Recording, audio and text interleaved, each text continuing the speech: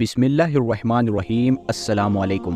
پیارے دوستو، قرآن کریم میں اللہ تعالیٰ ارشاد فرماتا ہے، منہا خلقناکم،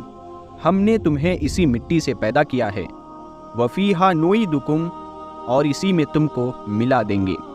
ومنہا نخرجکم تارۃ اخری، اور جب تمہیں دوبارہ زندہ کیا جائے گا تو پھر اسی مٹی سے کیا جائے گا۔ جب بھی کسی انسان کی موت ہوتی ہے، یعنی اگر وہ اس دنیا سے رخصت ہو جاتا ہے، تو پھر اس کی آخری رسمیں، یا پھر ہم یہ کہہ سکتے ہیں کہ اس کا انتم سنسکار اس کے علاقے کے حساب سے، اس کے کلچر کے حساب سے، یا پھر اس کے دھرم اور مذہب کے حساب سے کیا جاتا ہے۔ کسی کو جلایا جاتا ہے تو کسی کو دفنایا جاتا ہے، یا پھر اس کے علاوہ بھی کچھ لوگوں میں الگ الگ طریقے استعمال کیے جاتے ہیں۔ خاص طور سے ہماری دنیا کے جو 3 ابراہیمی مذہب ہے، یعنی کہ ابراہمک ریلیجن، یہودی، عیسائی اور مسلمان،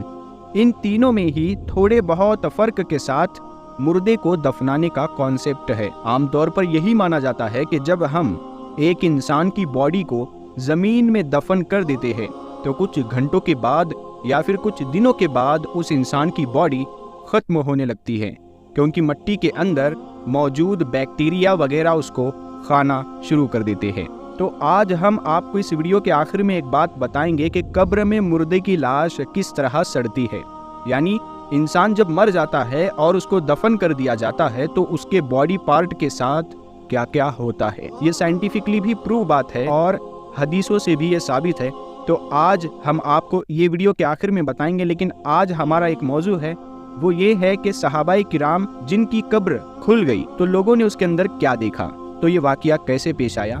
تو آپ اس ویڈیو کو پورا دیکھیں گے۔ پیارے دوستو، ہر کسی کو دفنایا جاتا ہے یا جلایا جاتا ہے، وہ اپنے اپنے مذہب کے حساب سے یہ کرتے ہیں، لیکن یہ معاملہ پروفٹ یعنی کہ پیغمبروں کے کیس میں بالکل الگ ہے۔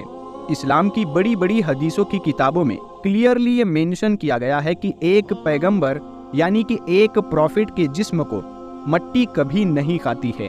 نبیوں کا جسم ہمیشہ محفوظ رہتا ہے، بلکہ زمین کے نیچے وہ بالکل ویسے ہی ہوتے ہیں جیسے زمین کے اوپر ہوا کرتے تھے۔ صرف پیغمبر علیہ السلام ہی نہیں، بلکہ بہت ساری کتابوں میں یہ بھی مینشن کیا گیا ہے کہ نبیوں کے علاوہ وہ لوگ جو شہید ہوتے ہیں یا پھر جو خدا کے بہت زیادہ نیک بندے ہوتے ہیں، ان کی باڈی بھی زمین کے نیچے ویسی ہی سلامت رہتی ہے کہ جیسے مانو وہ اوپر ہوا کرتے تھے۔ اور اس چیز کا ایک جیتا جاگتا ثبوت ہم لوگوں کو کچھ مدت پہلے ہی عراق کے اندر بھی دیکھنے کو ملا، کہ جب پوری دنیا حیران رہ گئی تھی۔ یہ بات ہے اس دور کی کہ جب عراق پر شاہ فیصل کا راج ہوا کرتا تھا۔ یہاں پر بات ان شاہ فیصل کی نہیں ہو رہی ہے کہ جن کا راج سعودی عربیہ پر ہوا کرتا تھا، بلکہ اس شاہ فیصل کی بات ہو رہی ہے جس کا عراق پر راج ہوا کرتا تھا۔ سن 1921 سے لے کر 1933 کے بیچ میں فی الحال معاملہ یہ تھا کہ ایک رات شاہ فیصل نے اپنے خواب میں ایک صحابی رسول حضرت حذیفہ بن یمان کو دیکھا، جنہوں نے شاہ فیصل سے کہا کہ پیغمبر حضرت محمد صلی اللہ تعالی علیہ وسلم کے 2 قریبی اور پیارے صحابی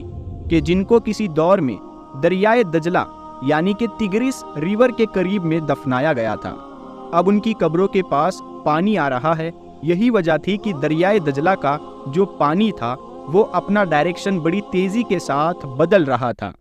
اور اب کیونکہ تم عراق کے حاکم ہو تو تمہاری یہ ذمہ داری ہے کہ تم ان باڈیز کو کسی دوسری سیف جگہ پر پہنچاؤ۔ اگلے دن صبح میں جب شاہ فیصل کی آنکھ کھلتی ہے تو حاکم عراق نے اس علاقے کے مفتی اعظم سے ملنے کا فیصلہ کیا، لیکن مفتی صاحب کے حد سے زیادہ بزی ہونے کی وجہ سے وہ مل نہ سکے۔ اگلے دن پھر سے شاہ فیصل کے خواب میں حضرت حذیفہ بن یمان آئے اور اس کو وہی حکم دیا، لیکن دوسری رات کے خواب کے بعد بھی شاہ عراق کنفیوز ہی رہا۔ اگلے دن تیسری رات میں بھی پھر سے وہی خواب آیا اور اس کو حضرت حذیفہ بن یمان کی طرف سے قبر سے پانی کے چھونے کے بارے میں وارننگ دی گئی۔ لیکن دوستو، دوسری طرف اس تیسری رات میں خود مفتی اعظم کو بھی اسی طرح کا خواب آیا۔ اگلے دن صبح اٹھتے ہی مفتی اعظم نے فوراً پرائم منسٹر کے ذریعے سے شاہی عراق سے ملنے کا فیصلہ کیا۔ شاہ عراق سے ملنے کے بعد جب مفتی صاحب نے اپنے خواب کے بارے میں بتایا تو شاہ فیصل کے تو ہوش اڑ گئے، کیونکہ پچھلی 3 راتوں سے بالکل اسی طرح کا ہی خواب شاہ فیصل کو بھی دکھائی دے رہا تھا۔ اس کے بعد پورے ہی علاقے میں کافی ہلچل پیدا ہو گئی، بحث بازی ہونے لگی، اسی بات پر ڈیبیٹ ہونے لگی کہ کیا ایسا کرنا ٹھیک بھی ہوگا یا پھر نہیں، اور آخر میں ایک لمبے ڈسکشن کے بعد ایک فتویٰ جاری کیا گیا جس میں یہ بتایا گیا کہ اس طرح کی کنڈیشن میں صحابہ کی قبروں کو کھودا جا سکتا ہے۔ فائنلی اب حکومت کی طرف سے دن اور ٹائم بھی اناؤنس کر دیا گیا۔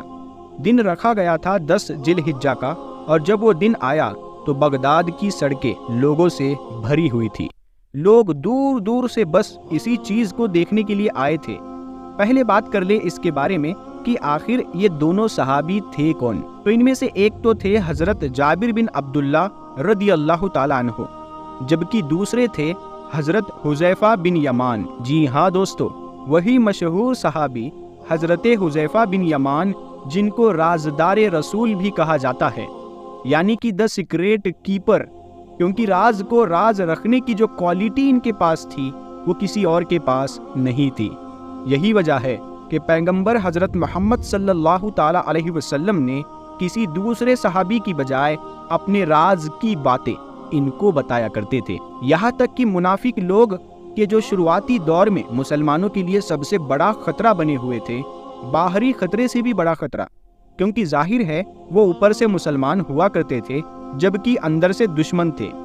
ان سارے منافق میں جو 12 سب سے بڑے منافق تھے ان کے نام پیغمبر حضرت محمد صلی اللہ تعالیٰ علیہ وسلم نے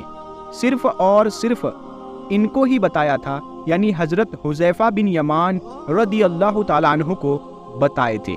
اور ان کی یہ ذمہ داری لگائی تھی کہ وہ خفیہ طور پر ان کی ایکٹیویٹیز پر نظر رکھے۔ حضرت حذیفہ بن یمان نے اپنی پوری زندگی اس راز کو راز ہی رکھا۔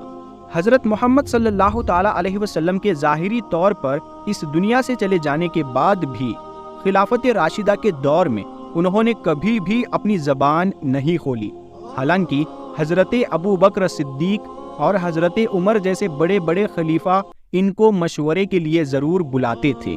تاکہ ظاہر ہے کبھی بھی کوئی معاملہ گڑبڑ دکھے تو یہ نام بھلے ہی نہ بتائے لیکن گائیڈ ضرور کر دیں گے۔ مسلم ہسٹورین لکھتے ہیں کہ دوسرے خلیفہ یعنی کہ حضرت عمر فاروق رضی اللہ تعالیٰ عنہ نے بڑی کوششوں کے بعد ایک طریقہ ضرور نکال لیا تھا۔ وہ طریقہ یہ تھا کہ جب بھی کسی مسلمان کا انتقال ہوا کرتا تھا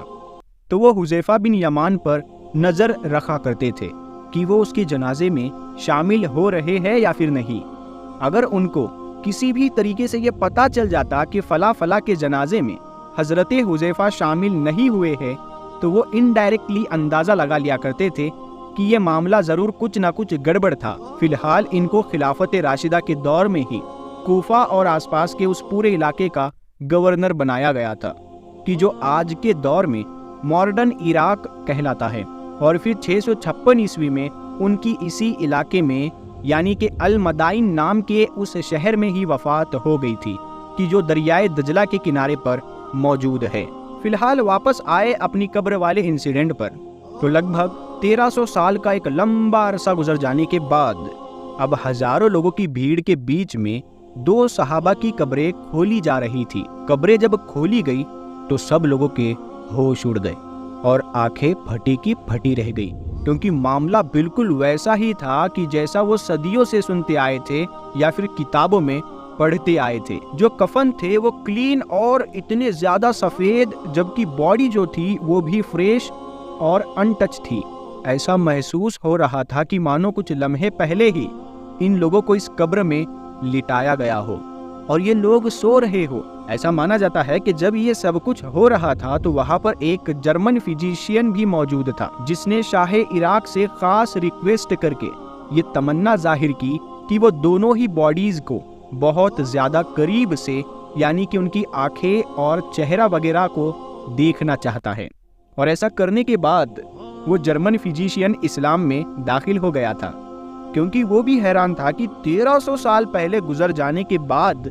کسی بھی انسان کی باڈی، اس کا جسم اس حالت میں کیسے رہ سکتا ہے؟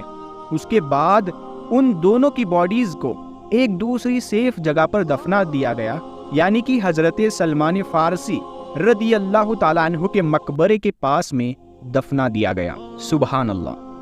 پیارے دوستو، اب بات کرتے ہیں کہ قبر میں مردے کی لاش کس طرح سڑتی ہے۔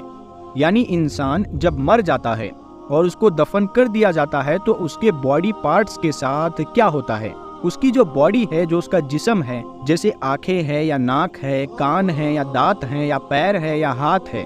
یہ ساری چیزیں کہاں چلی جاتی ہے؟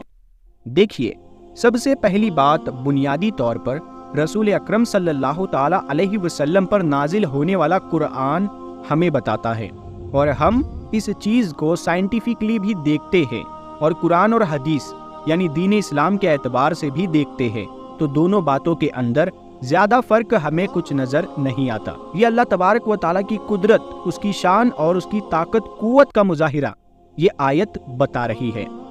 کہ اللہ تبارک و تعالیٰ نے انسان کو مٹی سے پیدا کیا اور لہٰذا مٹی میں ملا دیا۔ یہاں پر ایک سوال پیدا ہوتا ہے، ہمارے غیر مسلم بھائی سوچ رہے ہوں گے یا ہمارے پارسی بھائی یہ سوچ رہے ہوں گے کہ صرف مسلمان ہی تو زمین میں دفن ہوتے ہیں،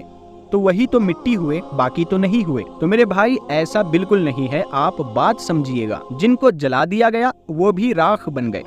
وہ بھی مٹی بن گئے، اور اس کے علاوہ جن کو گدھوں کو کھلا دیا گیا، یعنی پارسی سموہ میں یہ کیا جاتا ہے کہ وہ اپنے مردوں کو گدھوں کے حوالے کر دیتے ہیں،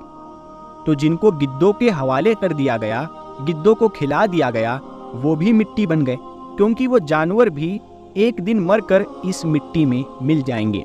تو اللہ تبارک و تعالیٰ نے انسان کا ایک ایک ریزہ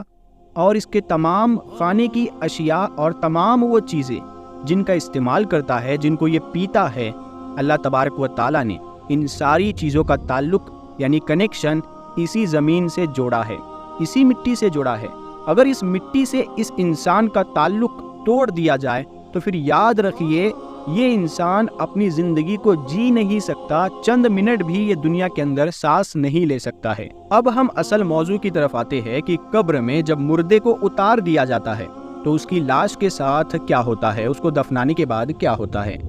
تو دیکھیے، سب سے پہلی بات تو میں آپ کو بتا دوں کہ اللہ کے نبی صلی اللہ علیہ وسلم کی تعلیمات جو کچھ ہے اسے ہمیں ماننا چاہیے۔ یہ ہمارا ایمان ہے کہ مرنے کے بعد زندہ ہونا ہے، لہٰذا سائنسی اعتبار سے جب وہ کسی مردے پر ریسرچ کرتے ہیں تو وہ یہ کہتے ہیں کہ جب انسان قبر کے اندر جاتا ہے تو سب سے پہلے اس کی پیٹ کے اندر کیڑے پڑتے ہیں، اور وہ پیٹ کے اندر سے کیڑے اس کے پخانے کے راستے سے نکلنا شروع ہوتے ہیں، اور پھر اس کے بعد وہ قبر میں پوری طرح پھیل جاتے ہیں اور ایک بڑی بھیانک بدبو ہوتی ہے۔ یہی وجہ ہے کہ اگر کوئی نئی قبر کھل جائے تو اس کے اندر سے بدبو بڑی خطرناک آتی ہے، لوگ برداشت نہیں کر پاتے ہیں۔